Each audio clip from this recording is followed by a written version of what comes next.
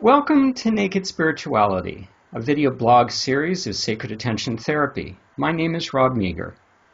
For more information about sacred attention therapy and our video blog series, please visit our website at www.sacredattentiontherapy.com. These video blogs are intended to be spontaneous, unscripted dialogues between myself and other participants in the Sacred Attention Therapy study group. And we use these video blogs to dive deeper into discussion emanating from the discussion groups. Our guest today is Jessie Ann Nichols George. And among the many things that Jessie does, and of the many things we'll talk to Jessie about today, is her blog talk radio show called Code Connections, previously Activating Compassion. Jessie's website is www.jessieannicholsgeorge1.com. Her website address and other contact information for Jessie will roll in the scrolling credits at the end of the video.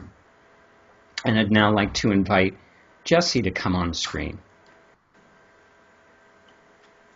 Hi. Hello! The marvels of technology, we get connected. Yes. Jessie, I want to begin by publicly thanking you for your loving support of Richard Harvey's work and my collaborative work with Richard through Sacred Attention Therapy. You've been so supportive, and I was so glad to have this opportunity, if for no other reason, to reciprocate the kindness that you've shown to us in the past. So I'm so glad we're able to come together today in this space. It's definitely a pleasure to be here, and I greatly appreciate the opportunity and the gift, because it is definitely that, a gift. Thank you.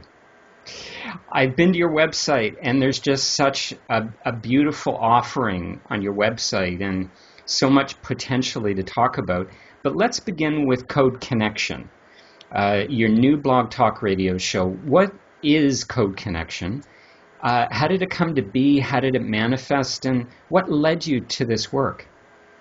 Well, it's kind of interesting. I've been involved in a lot of spiritual practices and work for my entire life. It is something that's come up through my family heritage from many generations, over 13 generations, as a matter of fact. And, a few years back, I decided I really kind of need to maybe start actually marketing myself, for lack of better terminology. And I was in a position of being in southern Utah, and I said, great, what's my message going to be? And I really struggled with getting my message into the world and saying, well, where is my focus? And so I kind of took this reverse approach, and I said, well, what's my pet peeve? And my pet peeve was judgment. And judgment, I looked at and I said, well, what's this kind of counterpart to judgment? And that would be compassion. So I started focusing on compassion.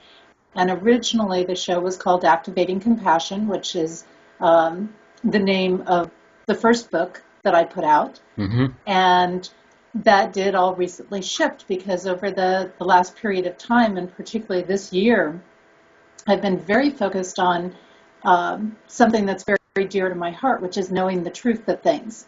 You know, it's so easy to get deceived by the media, and it's so easy to get wrapped up in what somebody tells us in life instead of taking the experience of it. And so I thought, I've always been a bit of a rebel and a little bit on the outside and a shaker up of things. So, I looked at codes more and more, and I found a way to start tapping into people's personal life codes and their soul codes and the lessons that they're learning. Mm-hmm. And I actually worked on some cold crime cases earlier this year with some things that were happening. And I in the past also have worked with trying to locate a friend who went missing, actually, and worked with the police department when I was living in Arizona. So it's not totally new on one hand, but it kind of brings together all these different pieces I've been offering. And as I did this, I realized that we all have this connection in codes. And nothing is per se right or wrong. It takes the judgment out of things. So codes really help us live a compassionate life. When we're working with our personal codes, when we are understanding what works for us, and I found a lot of answers as I started to unfold this. So I started to understand that, this is why you can take the very same thing and it works for one person, it doesn't work for somebody else. One person loves it, one person just despises it, and it's all okay. So I now call myself a code interpreter as a result. I have learned to interpret what's happening for somebody in their life and help them understand that, and thus help them get direction, help them understand the truth of what they're connecting with and what they're not connecting with, so they can understand how to make better choices. And then I can refer them on out to people like you and Richard, who are doing this amazing work in the world, and go, here's a program that codes to you. Go do it. Go learn it. Go work with it. And a lot of people go, wow, you're right. This is really resonating for me. So I had my radio show running, Activating Compassion, and I said, I'm one of those people that I can't tell people to do things unless I'm doing it myself. And I figure, if I'm going to call myself a code interpreter and this is what I'm doing, I better have this implemented across the board in my own life. So I started recently shifting, again, the title of my work. I started shifting everything to code to me. And so I then brought out the radio show Code Connection, and I shifted the show name over. And now the show is taking on more and more of an aspect of learning the truth about things. Also still bringing on guests and learning about their work as well through that show. But I'm also going to open up to different things that might be some of those sensitive areas in the world, looking at some of the world events that are going on, looking at, maybe campaign candidates or things like that, and sharing with people, this is the energy we're going to get from this person. You can't hide from codes. There's no way to hide from them. So here's what we're actually dealing with here. And just open that up so that people can make wise choices, so that they can understand and not be deceived so much, and that they can find the modalities that are going to work for them, that they can find the paths that will open them up. Because I think ultimately that's where we're headed, is what is going to get you to where we're all headed. Just one of the things I enjoyed hearing about what you just described in Code Connections was this idea of listening, to someone else, revealing the truth. And there's this wonderful saying that is plastered all over the Sacred Attention Therapy website in the banner, and it's a quote from Richard. And the quote is, listening with the whole self to the soul of the other. And I hear that's inherent in most of the work you do through Code Connections. Absolutely. And I think we really get into that on some of the weekend events I do, where I run people's codes ahead of time, and then we spend time out in nature, and we spend a full day or a full weekend. I can also do full week ventures with people and things like that too. And yes, when we listen to the whole self, and that's one of the pieces I really love about Richard's work, is listening to the whole self and listening with the whole self. Yes. And being present, being attentive, being aware. Because we tend to just take things in based on hearsay. We take it in based on what we're sold or programmed to believe, instead of stopping and going, what's really happening here? Is this person really upset with me? Or maybe there's something else going on. Maybe there's something that's just not working for them in their own life right now, and I'm taking it personally. I love the strong connection you have with nature. Many of your video blogs, your personal video blogs, are done outdoors. And I have to share this with you, Jessie, because I had a wonderful laugh and you may join me in this laughter, it was within actually the past few days. Back up a few weeks ago, where I was on YouTube, doing my own production and uploading videos, and while that's uploading, you watch other videos, perhaps. And there was this video of this woman who was talking about the harvest. And she was talking about it was harvest time, and she was talking about the beautiful connection of, the harvest to nature and all of life. And I didn't think too much of it, other than there was an authenticity. That's what came through. There was an authenticity in this person speaking about the harvest. Didn't think anything of it. Understand that you and I had not, and have not still, met in person, and I hadn't seen a picture of you up to that point. And so then I get onto your website, and I'm going through your video blog series. And there's the video. It was you. And I thought, this is perfect. This is wonderful. I'd like you to tell me about your mission of compassion, because it is highlighted and emphasized on the website.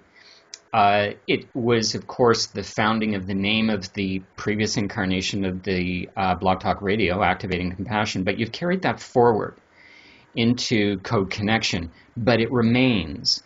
And what is this mission of compassion that is a foundation of the work you do? I have spent so much of this life, as I mentioned, being judged by people. Oftentimes in a lot of the videos you mention the authenticity.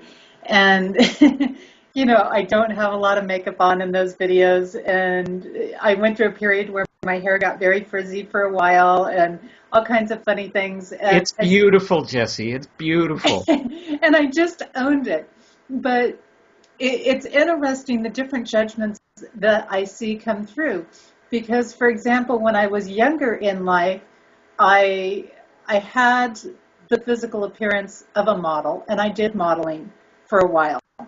And I embraced a lot of sportswear. I was too short for a lot of the modeling venues, so I did a lot of sportswear and that type of thing.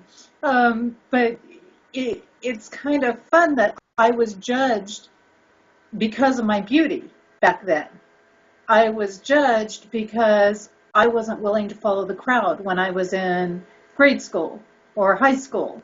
I did my own thing. I was judged for being on the outside. It seemed like judge. And I said, this is a big pet peeve. And interesting as I reflect back, of course, judgment deals a lot with living someplace other than the truth and someplace other than the moment, because it's always about focusing on outside of the self instead of the inner self being fully there and connected. Mm-hmm. And I was then judged for being spiritual, and then I was, all these different pieces along the way. And I got very comfortable with that throughout my life. But I said that if I could change one thing in this world, it would be to get people to stop judging and to stop seeing that everything is right or wrong. It all just is. Mm-hmm. And, compassion. And I looked at it and I said, well, what is that polar opposite? What is the opposite to judgment? And compassion is what I came up with. Mm-hmm. And what I found was, wow, that's a really big topic, isn't it? To look at compassion. Mm-hmm. And I pondered on this for a while, and I said, well, if most people are anywhere like me in a normal human sense, I first sat down and said, well, that's kind of the big thing that gurus do, and and people that just have time, monks, who have time to meditate all day. And I certainly don't have the time to spend 8 hours a day meditating. So I also thought to myself that for the average person out there, or the person who goes out and they've got a job, whether that is their own business or whether that is working for somebody else, most people out there don't have that kind of time, and they need to be able to implement something into their everyday life.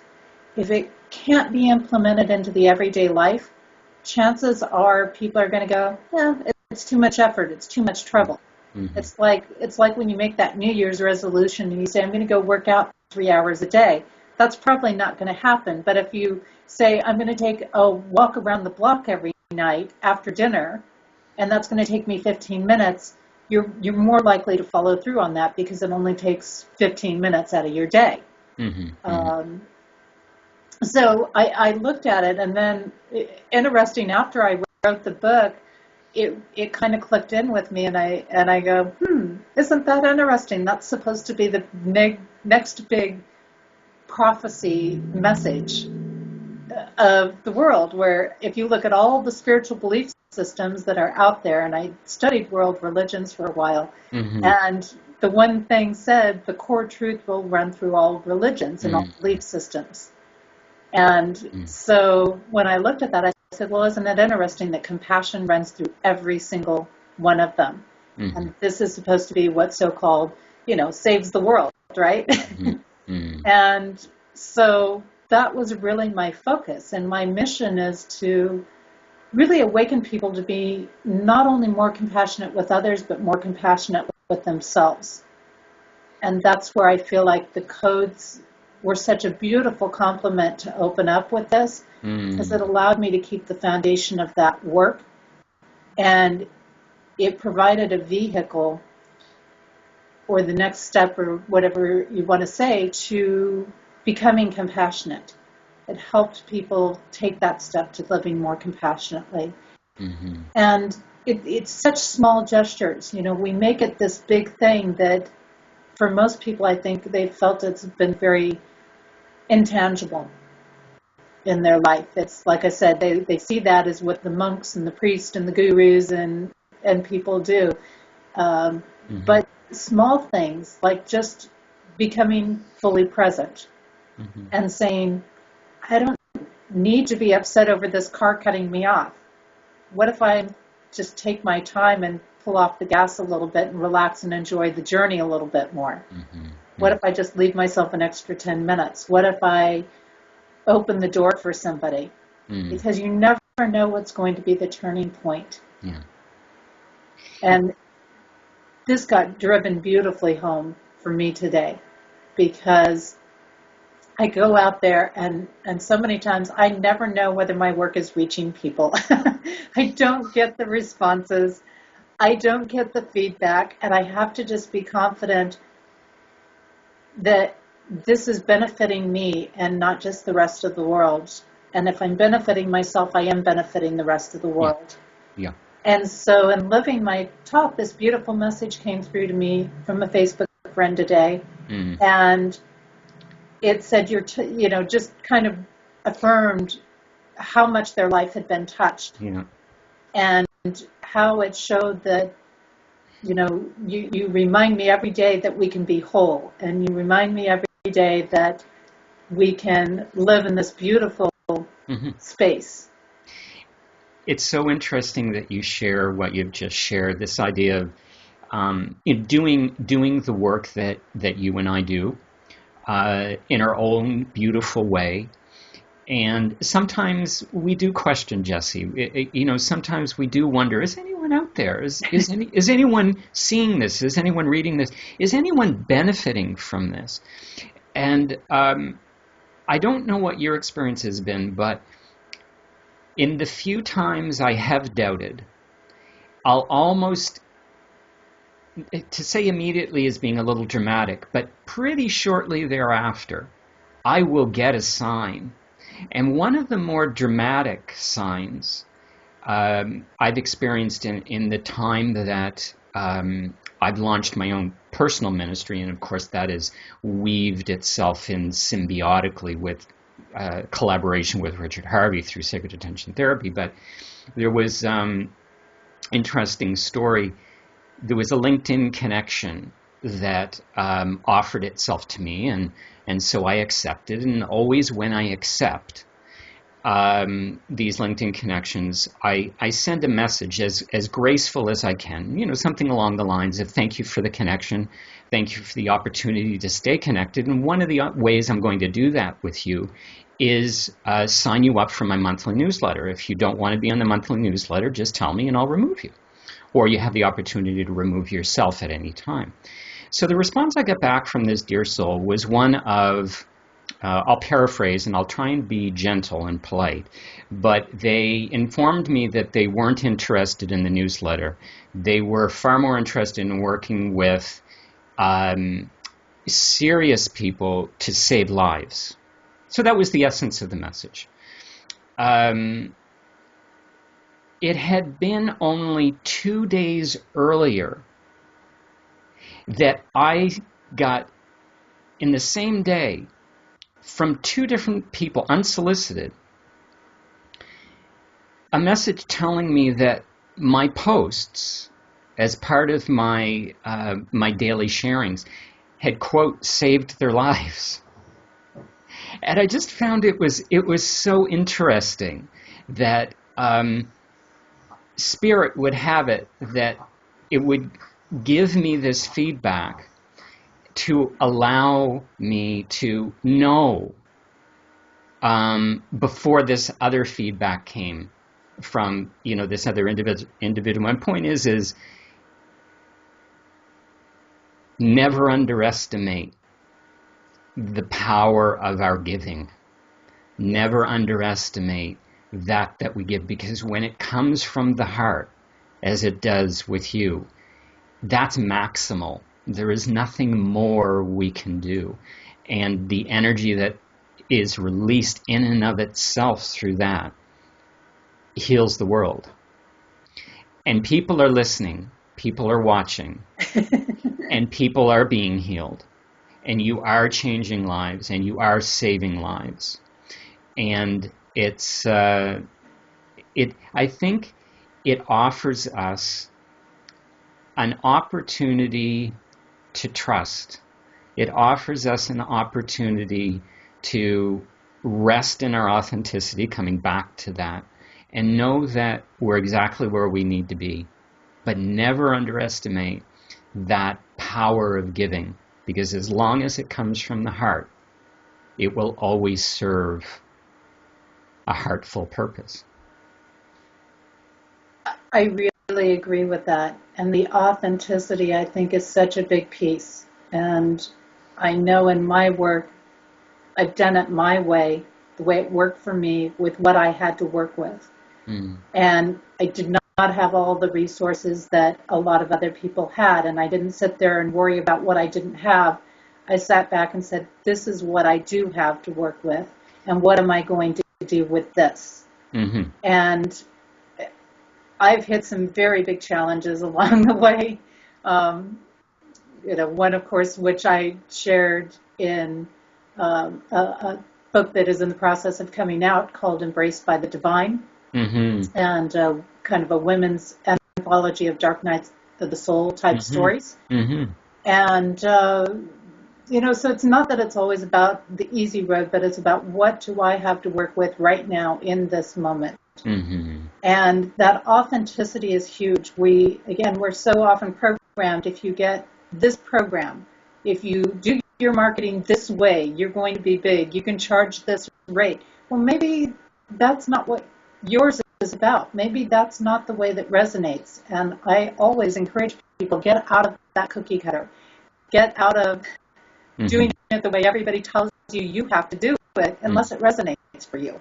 And open that door, because I think when the message does come through authentically, and like you, I think even the last couple of days, it's like, I know I'm on track, I know I love what I'm doing, but at the same time, there's a piece of me every now and then that creeps in and goes, boy, I think maybe I just will go do my own practice someplace and not deal with the rest of the world and things like that. And I've hit a couple of walls over the last couple of weeks and said, nope, I'm just going to turn this around, and I'm not going to repeat the pattern I have in the past. Mm-hmm. And I'm going to handle this in my own authentic, loving way.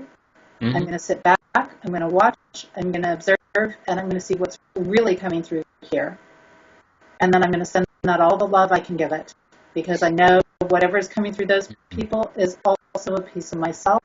Mm-hmm. And so I'm going to continue to do it. And like you say, the messages are always timely, and they're always on track. Perfect. They're always perfect. Jesse, I don't want to lose the opportunity to talk about some of the other wonderful work you do. Again, if someone went to your website and very quickly, www.jesseandnicholsgeorge1.com, and we'll have that scrolling in the credits at the end, as well as with some other contact information for you, like your email address. If they go to the website, it's just, again, it's a feast.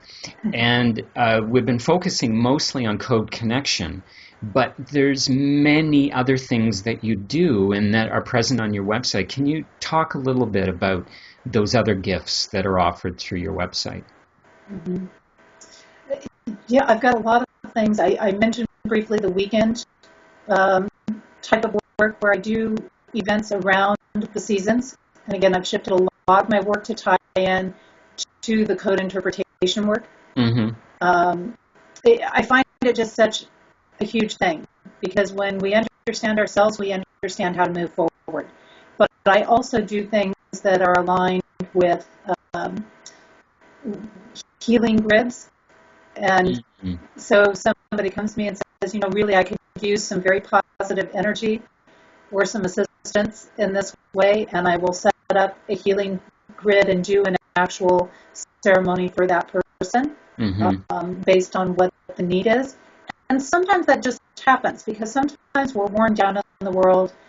It's not that we can't do the work ourselves, but sometimes we just need that little energy boost to pull our inspiration back around and pick our feet up and keep going.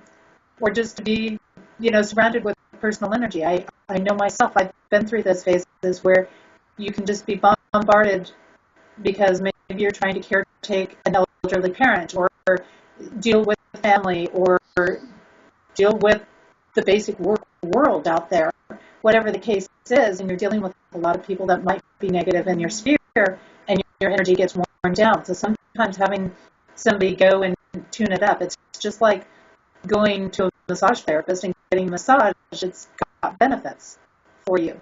Massaging yourself isn't always the same. And sometimes just having somebody pour some beautiful energy into your life can work very well in that sense.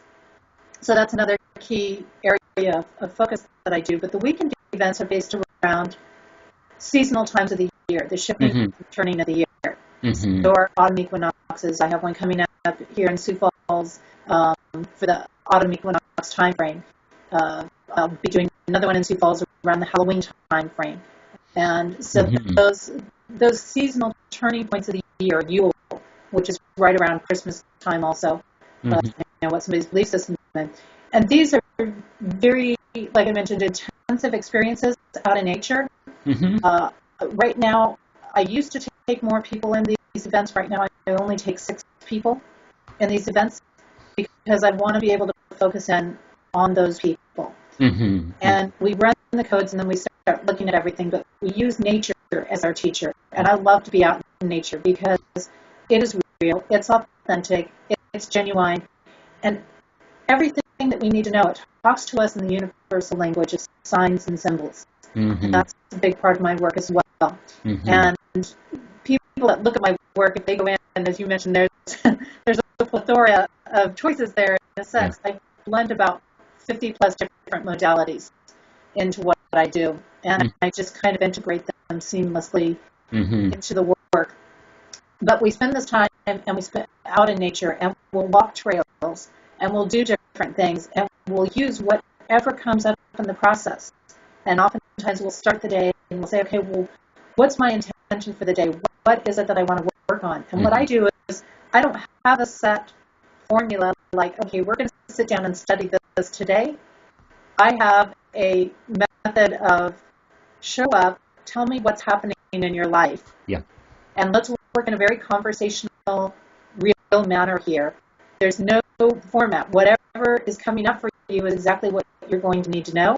Mm-hmm. And so they'll set that intent, and throughout the day, they'll get the answers and the messages. And I work with them to put those pieces together. Jesse, what's the True North Tour? So the True North Tour is a blend of workshops, events, seminars, book signings. I'm gradually working on bringing in fundraiser events because I have a couple of organizations very dear to my heart, like Live and Let Live Farm Rescue in Cheshire, New Hampshire, who rescues all kinds of animals, but they put a big focus on horses. They rescue from across borders, things like that. Mm-hmm. But I go around and I share my work with people. And it used to be called the Compassion Tour. It's now the True North Tour. As of this fall, which I'll be headed to just outside of Philadelphia, to a little town called Pottstown, Pennsylvania. And I'll be just outside of Washington, D.C. at an area around Fairfax, Virginia, and just outside of Boston in Westford, Massachusetts, at Aquarius Sanctuary.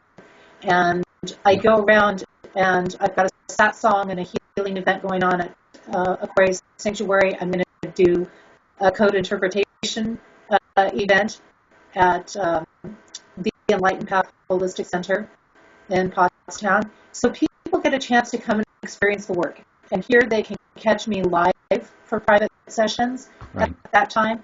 I do a variety of different things, from coaching style work through healing work, working with the angels, code interpretation work on the tours, even just little personal readings where I blend and incorporate all of the elements into helping them get insights. Sometimes I work with people's names. Names is a big foundation in the code work. And it's really great for people who have changed their name legally or maybe were adopted at birth or adopted somewhere in their life and their name changed, or they don't know the birth information. So this gives me a way to really help them get in and do that exploration.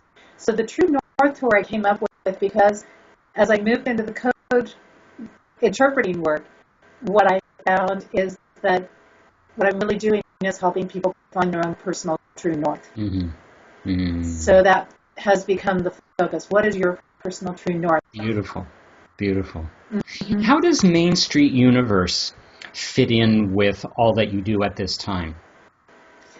You know, it's really great. They came to me a few years ago, and they were one of the first interviews I started offering up to people. And it was really fun. I got asked to do one interview with Kevin Baird, and he came back around, and I think it was like I don't know, a day or two before the interview, he goes, "We want to do a second interview of you." And I'm like, okay, so I did like 2 interviews in 5 days or 4 days of each other with them. And then he came back after the first interview, and I hadn't even done the second one yet. And he says, "We want to offer you a spot having your own radio show." And it was very ironic because it couldn't have been, but a couple of weeks prior to that I was thinking, I probably really should put together my own radio show. But when I checked into things, and people would contact me, they would go, "Oh, it's only $1,500 a month, or $2,000 or $4,000 a month." And I'm like, "You're crazy." And so they came and they made this offer, and I thought, okay, what's the catch? How much do you want? And they said, "No, we want to offer you a show for free." And I said, well, that works for me. That's, within my budget. And what I loved about their concept is they do a lot of different things. They do readings, and they have like a variety of different people that are from the different spiritual arenas on the show. Like right now they've got a Vedic astrologer that's part of our regular host on the show. They got Susan Weed, who does trees and plants and herbs and that whole magical herbal arena. And we've got Daniel and Janice, who host our main show. And Janice is getting ready to spin off and do her own show. I'm going to be doing an interview with her soon. And so it just kind of opened up. But their whole aspect was the world is right there in your block, on your street. Just get out and walk down the street, and the whole universe is there. It's not out there in some big, flashy format. It's right there in your space, in your hometown. Mm-hmm. It's not the big cities necessarily. It's wherever you are. And so their whole foundational theme was about real life, everyday people who you meet on the street in everyday life. And I thought that fits in with what I'm doing. Yeah, beautiful. Jessie, it has been delightful to share this space with you. I'm so glad we had the opportunity. I'm trusting we're going to stay in touch, perhaps in this milieu in the future, perhaps the other way around. Trust we'll keep in touch through social media, but I want to continue to thank you for your support. I try and reciprocate through social media as much as I can as well. It's wonderful to create that energy, and I trust that people observe that energy and that sharing and that support that we show for each other, and that they extend that to others, because it really is what makes the world go round. I thank you for giving me this time and coming on and sharing and making this connection, because I think there's so many similarities in what you're doing and Richard is doing and what I'm doing. Indeed. And when we make these connections, and I find people like yourself who I can really genuinely share the work and feel really good about what I'm sharing with people.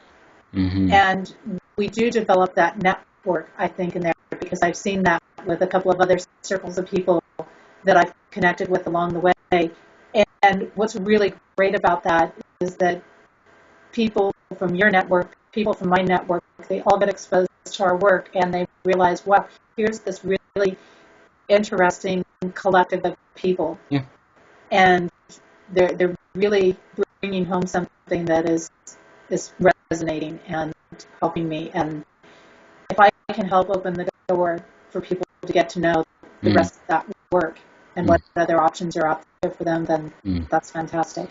And likewise. So I thank you for that continued support. And for the last time, website is www.jessieannicholsgeorge1.com, and the email address is jessie@jessieannicholsgeorge1.com, and those will be scrolling in the credits at the end of the video. So I'll thank you, Jessie.